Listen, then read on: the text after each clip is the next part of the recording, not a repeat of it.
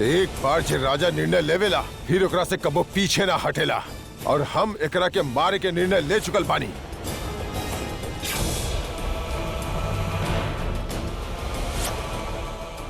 अब बस ही देखे के बा कि दिल जीतेला या दिमाग। ओके आपके नफरत के चाहत था और आप ओकर नाफरमानी के आपन आदत बनावे चाहत बाड़े।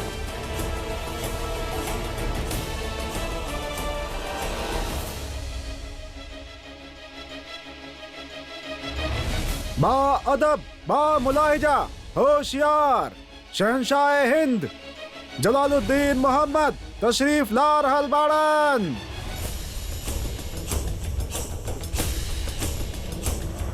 जोधा, आप इस समय यहाँ पे?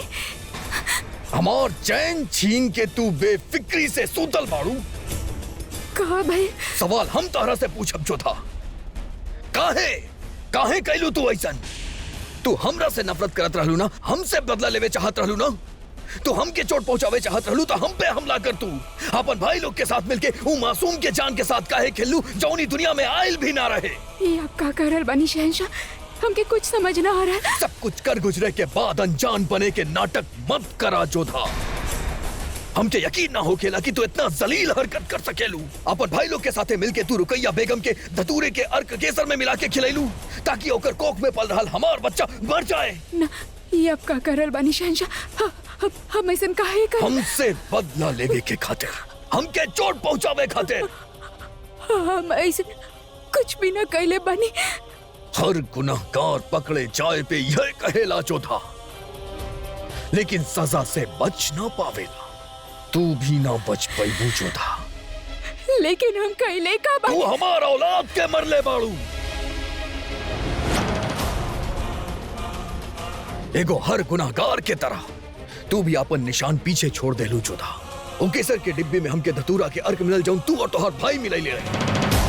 तू जानत नहीं खू के हम तहरा साथे कैसन हश्र करब जोधा। हम तहार और तोहार भाई लोग के ऊ हाल करब कि आमिर के तारीख में लोग ओकरा याद करके कांप उठिए। लेकिन आप हमार बात। बस तहरा कुछो भी कहे के हक नहीं खे जोधा। तू सिर्फ और सिर्फ सजा के हकदार बाड़ू। हमार बच्चा के मारे वाला के ना हम चैन से जिए देब ना चैन से मरे देब। हम तहरा मौत से भी बदतर सजा देब जोधा। बस आज के रात आखिरी रात बा तहार। कल सबके सामने हम तहरा और तहार भाई लोग के तहार गुनाह के सजा देब।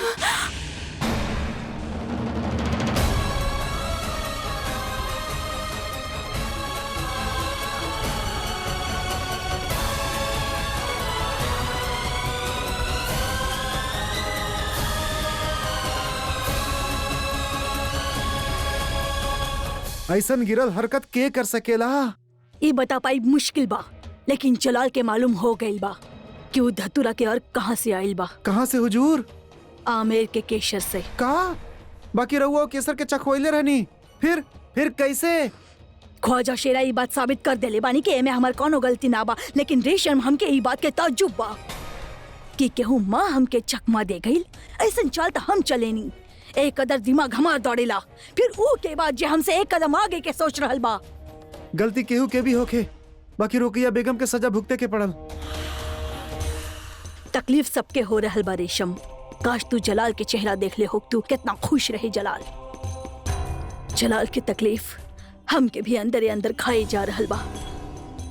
मुगलिया सल्तनत के दरवाजा पे खुशी दस्तक दे के चल गईल। एकर मतलब जोधा बेगम जो दूध में केसर मिलौले रहली उमे धतूरा के अर्क रहे। साबित तो यह भइल ना।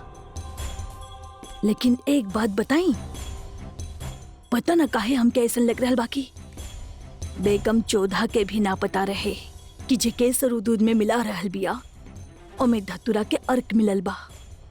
ई मामला बहुते पेचीदा लग रहल बा वजीर आलिया। पेचीदा ही ना, सियासी मामला हो गईल बाई। काहे कि बात पता चल गई बाकी धतूरा के अर्क जहर मुगलिया सल्तनत के सरहद के अंदर ना बनेला, यानी कि ई जहर बाहर से आइल बा।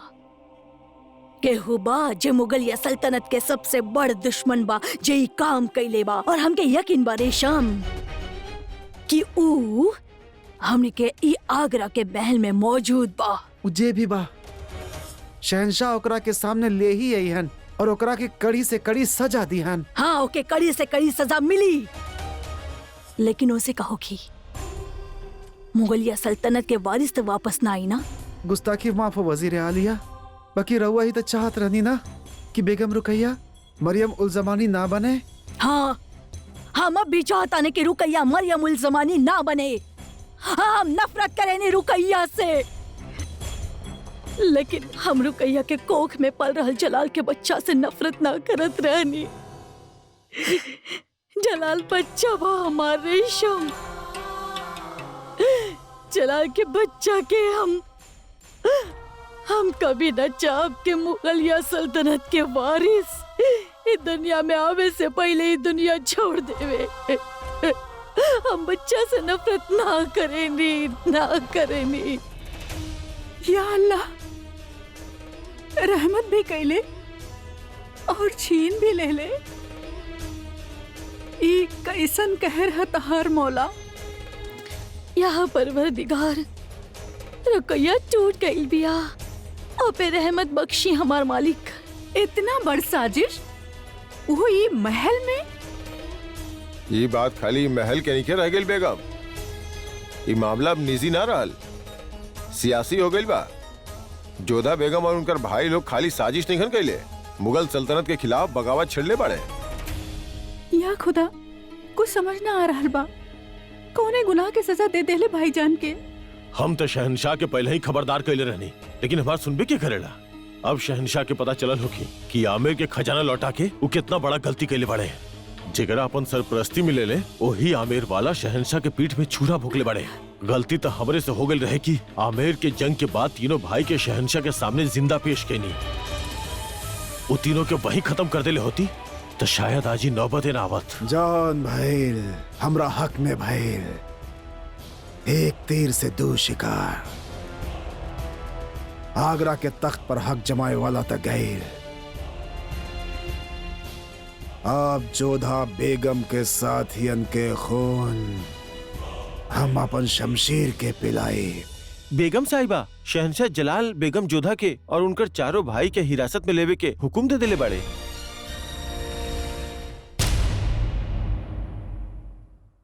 हिरासत में ले लाई सबके। अपराध का बा हमार। ओ, तब मुगल सल्तनत के होखे वाला वारिस के कत्ल, शहनशाह जलालुद्दीन मोहम्मद के होखे वाला औलाद के कत्ल के साजिश, इस सब तो हर नजर में गुनाह नहीं खे। झूठ बा शरीफुद्दीन, हमने में से क्यों कुछ ऐसा ना कैलस। जरूर हमने के खिलाफ कोनो साजिश रचल जा रहल बा। जे कुछ भी कहे एक बार शहनशाह के सामने जाके कहिया। दीवाने खास में ले चलाई लोग के।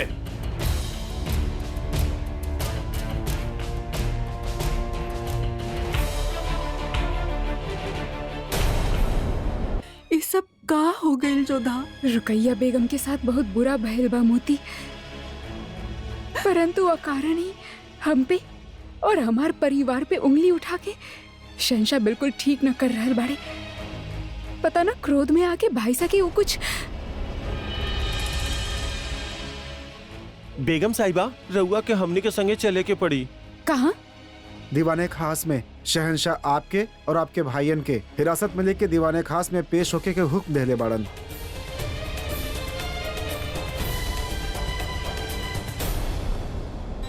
रुकैया, खुदा बिगाड़ेला त संभारेला भी। हमके खुदा से शिकायत ना हम भी जान। जोधा के का बिगड़ले रहनी हम, कहे वो हमारा औलाद हमसे छीन लेलस।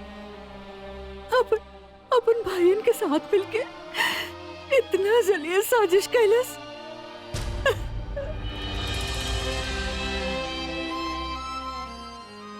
जे साजिश कैले बा हम ओकरा सजा जरूर देब, मौत से बदतर सजा।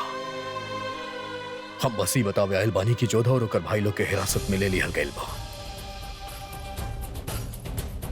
जे कुछ भइल ओकर अफसोस सबके बा जलाल, पर हमार मशवरा है कि ई फैसला ठंडा दिमाग से लेहा। गुस्सा और जल्दबाजी में लहल गइल फैसला शहनशाह और तख्त के शान के जोधा ऐसन कर सकेले ये हमार दिल अब भी न मान रहल। अम्मी जान तमाम सबूत बा ओकरा खिलाफ।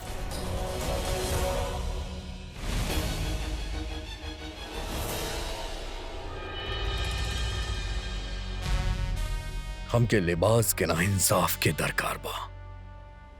तकलिया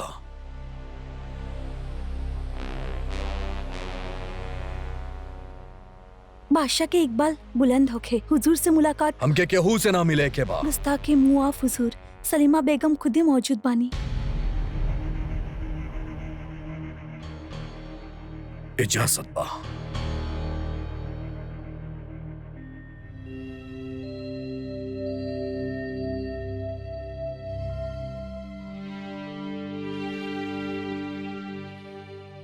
शहंशाह रउआ के जे ठेस पहुंचल बा, जे दर्द रउआ के महसूस हो रहल बा, खुदा ओके बर्दाश्त करे के रउआ के ताब अता फरमाए। हम भी एक माँ बानी, बच्चा वालदेन खातिर का होखेला ई बात से हम अच्छी तरह वाकिफ बानी। हमरे पास रउआ के हौसला देवे खातिर अल्फाज भी ना बा। काई है कहे आइल बानी आप यहाँ? ना जहाँ पना, हम रउआ के एक छूट से इल्तिजा करे आइल बानी। सुने में आइल बा कि रउआ जोधा बेगम के इस साजिश में शामिल समझ रहल बानी। हमारा दिल ये बात ना मान रहल हुजूर। जोधा बेगम तो बच्चन से बेइंतहा मोहब्बत करेनी, वो ऐसन कर ही ना सकेनी। इतना दिन में वो रहीम के इतना करीब आ गइल बानी, ओके देख के हमके। अगर आप उनके यहाँ तारीफदारी करे आइल बानी तो आप जा सकेली यहाँ से। हम यहाँ केहू के तरफदारी करे ना आइल बानी हुजूर। हम रउआ से सिर्फ इतना अर्ज करे आइल बानी कि रउआ इस सियासत के शहंशाह बानी। पूरी रियाया इंसाफ खातिर केवल रउआ की ओर देखेले, तर और भी ये फर्ज बनेला कि रउआ उनकी ओर देखी जे आपके इंसाफ करे सिखैली। महरूम बैरम खान के रउआ अपन तालिक मन ले बाड़े। बस एक बारी सोच ली कि अगर आज वो यहाँ होखते तई मामला के कौने नजर से देखते। मशवरा खातिर शुक्रिया सलीमा बेगम। अब आप हमसे एगो हकीकत जान ली। ठीक जैसे आप कहनी, खाने खाना बहराम खान मरहूम बानी अब हुई दुनिया में नहीं खे। ठीक जैसन आप कहनी कि हम बादशाह बानी, हम अपन फैसला खुद ले सकेली तो हमके केहू के मशवरा के जरूरत नहीं खे। आप जा सकेली।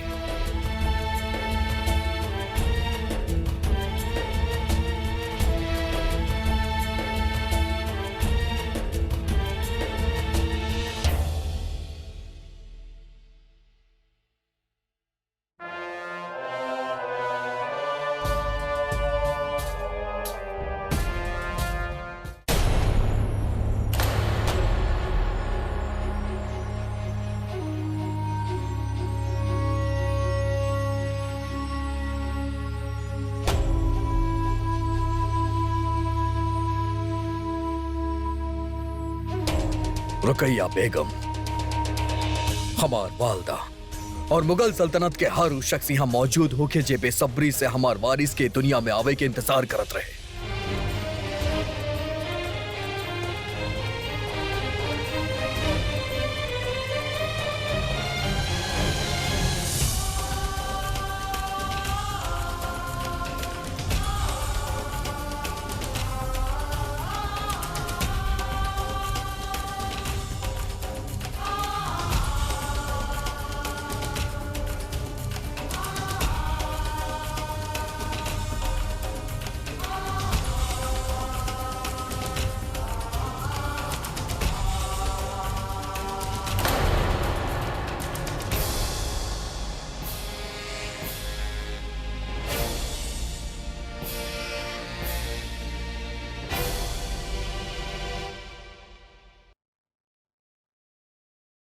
शहजादे आलम, ये बात साबित हो चुकल बा, धतूरा के अर्क मिलल केसर आमेर से ही रहे।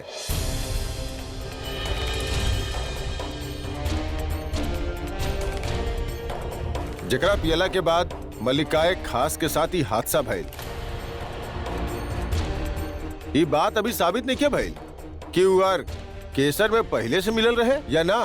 ये बात पे बहस शुरू करे के इजाजत दिहल जाए कि इस साजिश में जोधा बेगम और आमेर के शहजादे शामिल रहले कि ना। कौनो बहस ना हुई। यह लोग मुजरिम बड़े और हम इनके जलद देखे चाहता नहीं।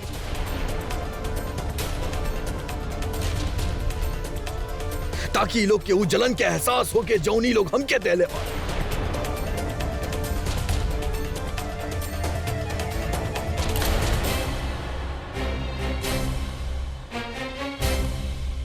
लेकिन शहंशाह, आपके बुआ साहब के बात एक बार सुन ले के चाहिए। खामोश! का तारा इतना भी तमीज नहीं कि जब हम बात करत होगी तो बीच में ना बोले के चाहिए। गुनहगार बाड़ी तहार फूफी। हमार बुआ साहब गुनाहगार नहीं थी। हमनी गर्दन कटवा सकेली लेकिन गद्दारी ना कर सकेली। बागी के साथ देवे वाला भी बागी हो खेला। यदि यह बात बा तो आप भी गुनाहगार बानी। लेकिन हम ई बात के ना मान सकेली कि हमार बुआ सा और पिताश्री कोनो गुनाह कैले बाड़े।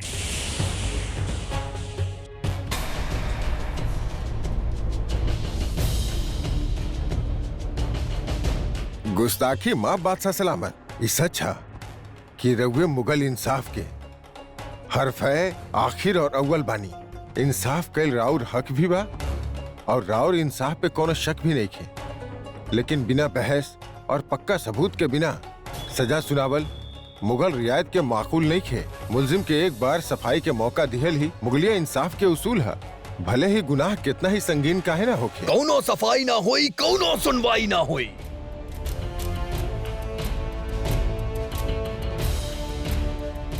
यह लोग हमार वारिस के कत्ल कैले बाड़े। मुगल सल्तनत के होके वाले वलीहात के कत्ल कैले बाड़े। आन के बदले आन, जान के बदले जान ही है इंसाफ। ये लोग कत्ल के अंजाम देले और ये लोग के कत्ल के साथ ही ये मामला खत्म हुई।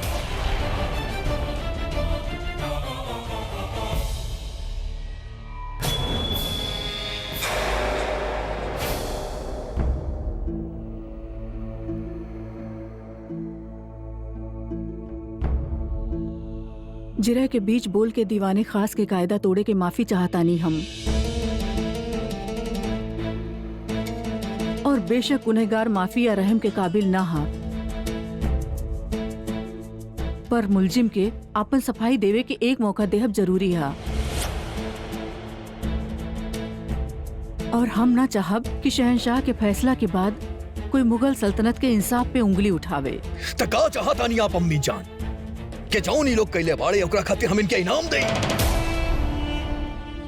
ना, हम सिर्फ कुछ वाकया के याद दिलावे चाहत बानी। हमके लागत है कि जोधा बेगम के खिलाफ एक साजिश है।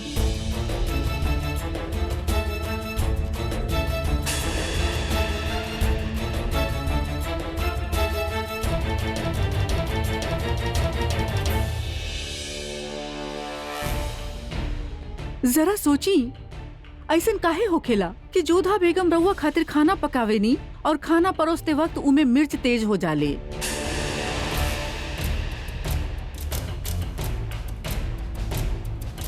जबकि शहंशाह के पेश करल जाए वाला खाना हमेशा चख के परोसल जाला। और ए बार भी शाही ओहदेदार के मौजूदगी में हर नजराना जांच पड़ताल कैला के बाद लेहल गई।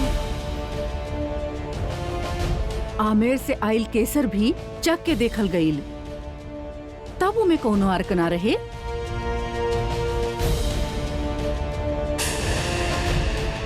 तका मीर सामान और मीर बकावल के पास सामान पहुंचैला के बाद जोधा बेगम ओमे अर्क मिलनी।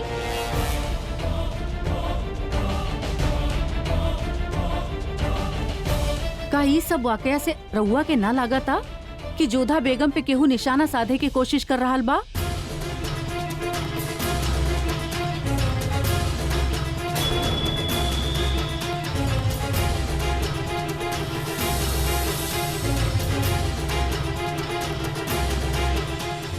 मुगलिया सल्तनत में भले ही 100 गुनहगार छूट जाएं, पर एक बेगुनाह के सजा ना होखे की चाहिए।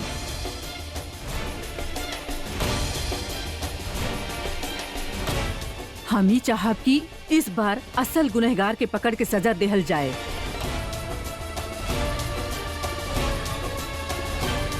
ई एगो मरियम मक्कानी के इल्तजा हा।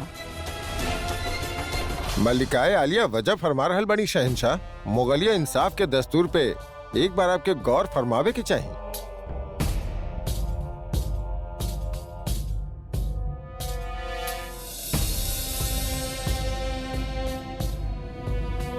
काजी साहब के बात ठीक बा, हमने जोधा बेगम के एक मौका देवे के चाहिए।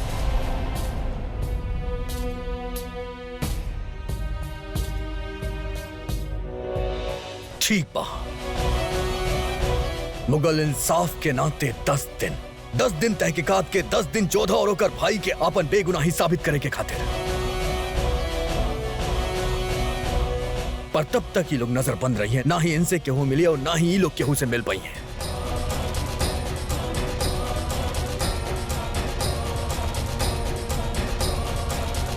अगर 10 दिन में ये लोग अपन बेगुनाही साबित ना कर सकेले तो ओकरा बाद इनके गुनाहगार मान सबके सामने ही लोग के जिंदा जला दिहल जाई।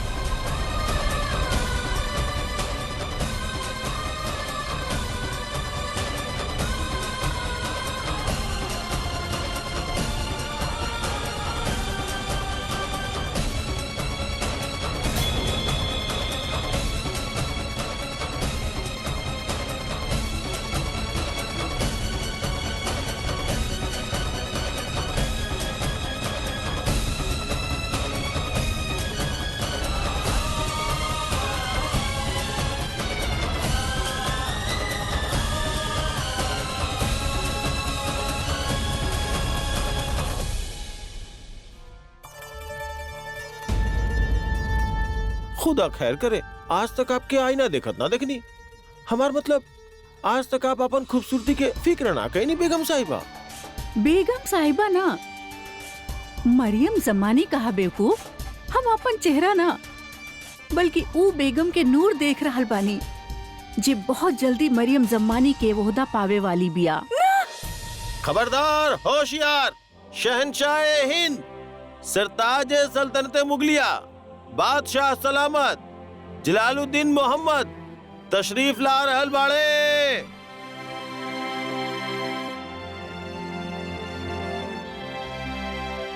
तखलिया,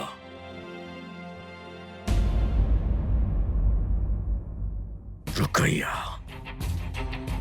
काजी साहब और अम्मी जान के इजरार की वजह से हम उनके 10 दिन के मोहलत दे देनी, लेकिन तू हमके रोक लू का है, हम उस सबके जान से मार देती। उसे का होखत जलाल, ई तफ्तीश यही जे ही खत्म हो जात और गुनहगार के सजा भी ना मिलत। कहे का चाहत बाड़ू तू? ई है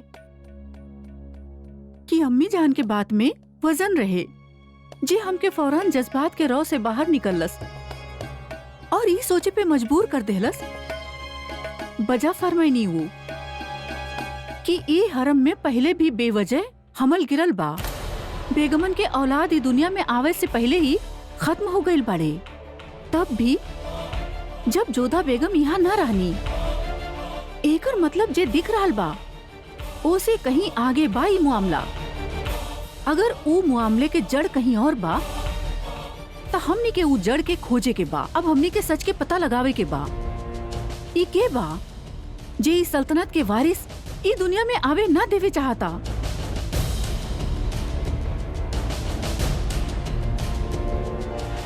रुकैया, हमें अब भी पूरा यकीन बाकी जौन कुछ भी भइल ओकरा पीछे सिर्फ और सिर्फ जोधा बेगम बाड़ी। वो निकाह से पहले भी हमसे बदला लेवे चाहता रही, हमार सर के झुकत देखे चाहता रही, हमके तकलीफ देवे चाहता रही और वो दहली हमरा से हमारा औलाद छीन के। जलाल, 10 दिन के ही तो बात बा। जे भी बा वो 10 दिन में सामने आ ही जाई।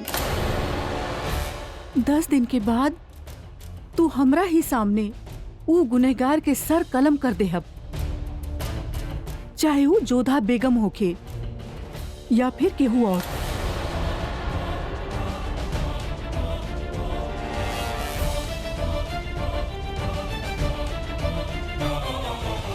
बा अदब, बा मुलाहिजा, होशियार, हमीदा बेगम तशरीफ ला रहल बाड़ी।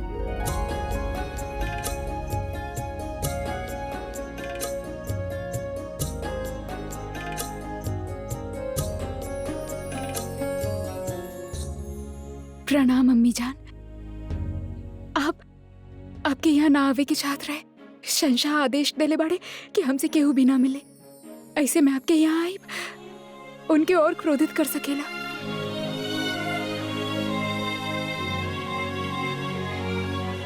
हम ऊ ओहदा पर बानी जोधा जहाँ जलाल हमसे क्रोधित ना हो सकत। हम वालिदा बानी होकर और यहाँ पे भी एक वालिदा के हैसियत से आइल बानी। तू हमके अम्मी जान के ओहदा दे ले बाड़ू ना। अब तोसे मिले से हमके केहू ना रोक सकत। हिंदुस्तान के शहंशाह के हुक्म भी ना। हमके अपन बंदी होके के दुख ना अम्मी जान। पीड़ा ए बात के बा क्यों हमार जन्मभूमि पे उंगली उठैले। ना खुदा बेगुनाह के सजा देवेला जोधा, न वक्त गुनहगार के छिपे देवेला। जलाल ए वक्त गुस्सा में बा। ठंडा दिमाग से सोची, हकीकत तक जरूर पहुंची। तब होके आपन कैला पे अफसोस होगी और तू फिर से सर उठा के चल सकबू।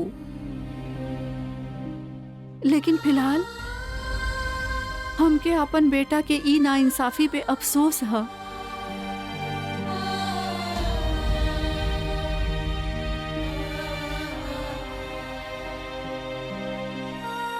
परंतु हमके आप पे गर्व है अम्मी जान। हम अपन भाग्य के धन्यवाद देता कि हमके आप जैसन सास मिलनी। आप भरी सभा में न केवल हमार बल्कि हमार आमिर के मान सम्मान के भी रक्षा कैनी। बेटी बाड़ू हमार, तोहार गुरूर ही हमार शान है। ई जलाल के बदकिस्मती हा कि तोहरा पे शक कर बैठल। लेकिन मुगल सल्तनत में ना आज तक केहू के साथ ना इंसाफी भइल बा, ना एह बार हम होखे देब। ई वादा बा हमार। तो के यहाँ कोनो तकलीफ होके तब बाहर खड़ा सिपाही से खबर करवा दिया। हम फौरन आ जाइब। एक समस्या बा हमके। कहा?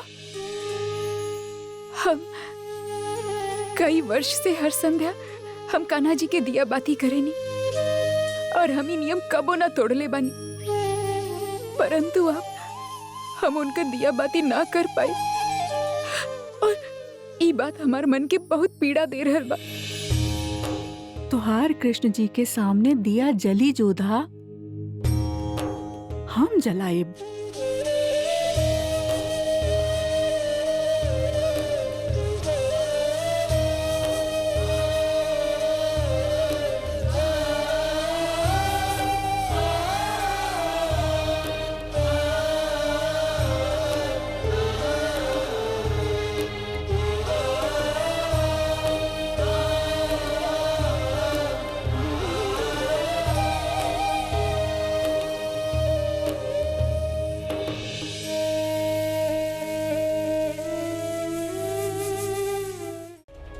भाई साहब, हमरा नहीं लगत कि हमनी के यहाँ न्याय मिले वाला बा। यहाँ तो हमनी और आमिर के विरुद्ध षड्यंत्र कइल जा रहल बा। इतना बड़ साजिश हमें जान, इतना बड़ साजिश। साजिश ना अदहम गुनाह बाड़े। शहंशाह के वालियत के ए तरह कोख में मार डालब गुनाह अजीम बा। दिल ते करा था कि आमिर वालन के कत्ल कर दी। ख्वाहिश तो हमार भी इहे बा कि गुनहगार के कत्ल होखे। लेकिन का पता ये आमिर वाला कैले ही ना होखे। हो सकेला ई चाल के हुआ और के होखे। ई चाल शहंशाह के बा। ना बापू साहब, ऐसा नहीं खे। तो तोरा का लागता शहंशाह जो हमने के साथ कैलन वो सही कैलन? हम तो ही ना कहनी बापू साहब, पर वो अन्याय भी ना कैले। सारा साक्ष्य हमनी के विरुद्ध रहले। शहंशाह के जगह यदि कोई भी न्याय करे वाला होत तो वो भी यह करत। और यदि शहंशाह हमनी के दंडित करे चाहतन तो वो 10 दिन के समय काहे देतन? के चुनौती दे सकेला शहंशाह के निर्णय के? का तोहरा केहू पे संदेह बा मान सिंह? संदेह खातिर तो बहुत सारा नाम हो सकेला, जैसे कि अधम खान। अधम खान वो कई बार भरी सभा में शहंशाह से विवाद कर चुकल बाड़न। ओके कहता शरीफुद्दीन भी हो सकेला। शरीफुद्दीन वो ऐसा कर सकेला? हाँ, शरीफुद्दीन जौन इलाके के सूबेदार बाड़े वहाँ धतुरा के अर्क बनेला अदहम। और वैसे भी हम महसूस कैले बानी आमिर के साथ शहंशाह के नरमी शरीफुद्दीन के ज्यादा पसंद ना आयल रहे। लेकिन अम्मी जान, ये बात आप दावे के साथ कैसे कह सकता नहीं कि शरीफुद्दीन ही कैले बा? शहिंशाह आमिर से वसूलल गईल सारा धन शरीफुद्दीन के लौटावे खातिर कहले। हो सकेला है बात से शरीफुद्दीन के अहंकार के चोट पहुंचल होके और वो आमिर से प्रतिशोध लेवे खातिर सोचले होके। और होवे के महामंगा पे भी संदेह कईल जा सकेला। रउआ पर शक के बाव गुस्ताख जन रउआ पर शक कर सकेला। हमलावर के हाथ पकड़ल जा सकेला अदहम, लेकिन इल्जाम लगावे वाला के जुबान ना। मुआमला सल्तनत के वारिस के मौत के बा, जलाल के औलाद के कत्ल भइल बा। जलाल गुस्सा में बा अदहम। ए वक्त इशारा केहू पे भी हो सकेला उंगली हम पे भी उठे। बाकी महामंगा का है? आपके स्मरण नहीं है जोधा बुआसा महामंगा के दिहल जोड़ा जब से जरीले बाड़ी तबे से जोधा बुआ और महामंगा के बीच संबंध अच्छा नहीं है।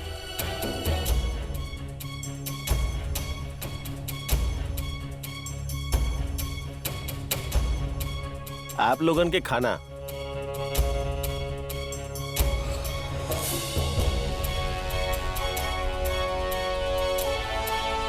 हमें से केहू भी भोजन ना करी। कहे भाई साहब? ओकरा खातिर खाना में विष मिलाल कोनो कठिन काम नहीं खे।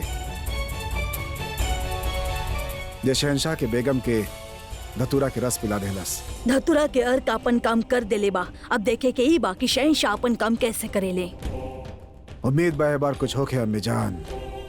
सुन ले बानी के जलाल खुद तहकीकात करे के फैसला ले बाड़न। 10 दिन देखे के ई बाकी 10 दिन में का हो खेला। का बेगम चौधा के किस्मत ई 10 दिन में जाग जाई कि ना? हे ईश्वर, ये सब ठीक ना हो रहा बा। जोधा के साथ साथ सारा कुंवर सा के भी बंदी बना ले बाड़े मुगल, और हमेर में एकर सोचना भी ना केहू ना बा उनकर सहायता करे खातिर। बा अदब, बा मुलाहिजा, होशियार। बेगम हमीदा तशरीफ ला रहल बाड़ी। रउआ लोग यहाँ काहे आइल बानी? आपके हिफाजत के हुक्म बा बेगम साहिबा। और हम हुक्म देतानी कि रउआ लोग जाई यहाँ से। हमके यहाँ कोनो किस्म के खतरा नहीं खे। जाई रउआ।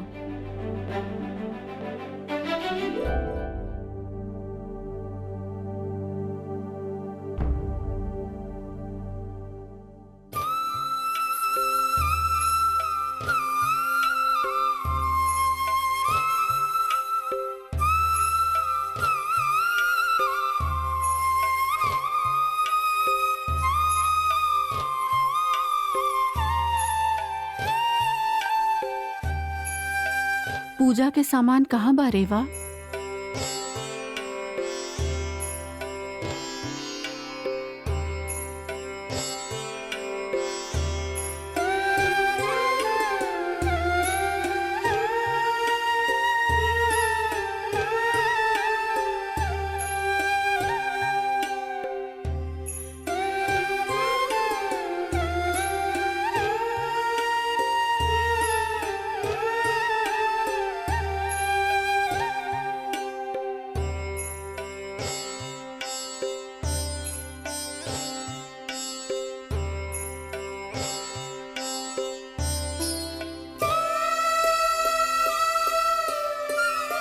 बेगम साहिबा, रहुआ ई सब जब जलाल के साथ हम उमरकोट में पनाह ले रहनी तब देख ले रहनी पूजा कैसे करल जाले। और जोधा बेगम ई ना चाहेनी कि उनके कान्हा जी के पूजा में कौनो खलल होके, यही से हम पूजा कर लेनी।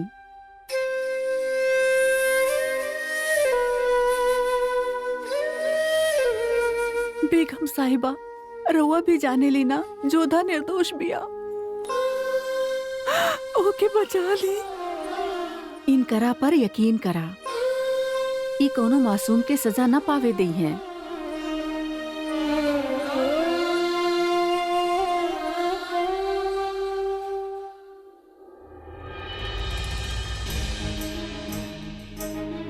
जलाल, तू यहाँ? आप जोधा बेगम से मिले गई रहनी? जहाँ तक हमके याद बा, नजरबंदी में जोधा बेगम के रखल गईल बा। हमके ना, हमरा मना करे के बावजूद भी आप वहां गईल रहनी। हम दीवाना खास में हुक्म देले रहनी कि केहू भी जोधा बेगम से मुलाकात ना करी। केहू भी? तू भूल रहल बाड़ा जलाल, ऊ केहू भी में हम शामिल न बानी। हम मरियम मक्कानी बानी, ई मुल्क के शहंशाह के वालिदा बानी। हम हमार मर्जी के ऊपर केहू के हुक्म ना। हाँ, अगर हम तफ्तीश में दखल देई ता ऊ गलत होखी, लेकिन हमार बहू बेगम से मिले जाए में कौनो गुनाह ना। अम्मी जान, आप समझत काहे नहीं खे? बच्चा हमार गईल बाई दुनिया से, दर्द हमार बा। शहंशाह के इकबाल बुलंद होखे, आप खातिर खास पैगाम आयल बा।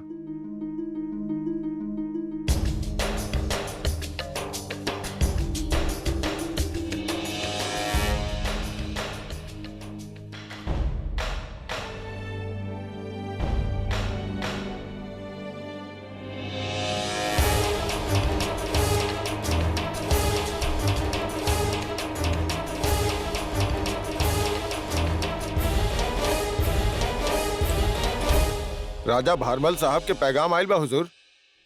पढ़ी। लिखल बा जमाई शाह शहंशाह जलालुद्दीन मोहम्मद के भारमल के प्रणाम। राउर पैगाम हमके मिलल, रउआ हमरा याद कैनी, यही खातिर हम आपके यहाँ रउआ पास आवे वाला ही रहनी। एक शुभ सूचना आपके दिहल चाहत रहनी। हमार पुत्री सुकन्या के विवाह संबंध सुजानपुर के राजा भवानी सिंह के सुपुत्र रतन सिंह से पक्का कर दिहल गइल बा। प्रणाम। रउआ राजा भारमल के जा बुलौले बनी हुजूर।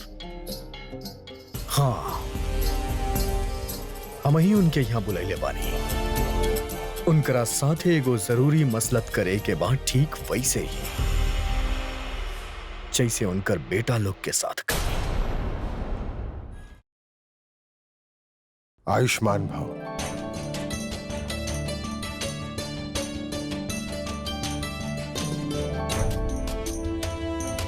कुंवर साहब, ये आपके खातिर हमनी ओर से तुच्छ भेंट। राउर बहुत बहुत धन्यवाद। अहो भाग्य कि रउआ इस संबंध स्वीकार कैनी, अन्यथा केहू भी राजवंशी हमनी से संबंध रखे के तैयार नहीं है। सब लोग ऊ देखलन जौन रउआ कैनी, बाकी केहू न देखलस कि रउआ ऐसन काहे कैनी। राउर सुकन्या के कुंडली और ओकर गुण हमरा के अच्छा लागल। संबंध ईश्वर की इच्छा से होखेला। संसार के विषय में चाहे कुछ भी कहे, हमरा के ऐसे कोनो समस्या नहीं खे।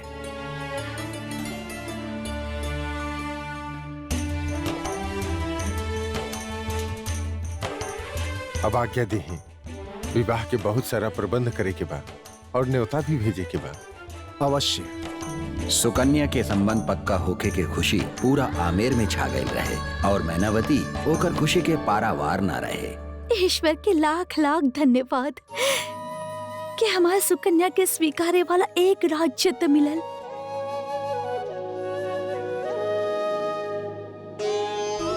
मनली राज्य बड़ा ना बा, छोट रियासत बा, मगर हमनी के सुकन्या वधू तो बनी।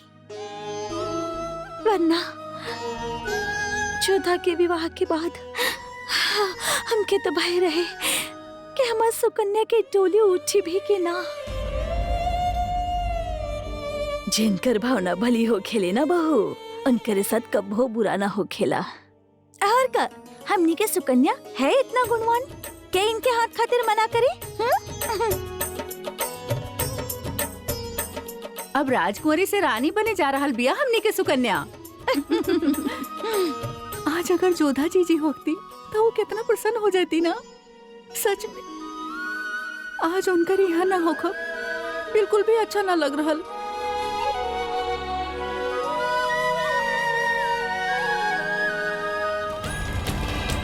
चली बादशाह सलामत के हुजूर में फौरन पेश होके के बारह हुआ लोगन के।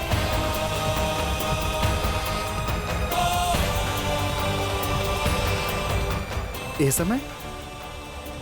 समय तुरंत बोले ले बाड़े। चली, न जाने का सोच ले होगी शहंशाह।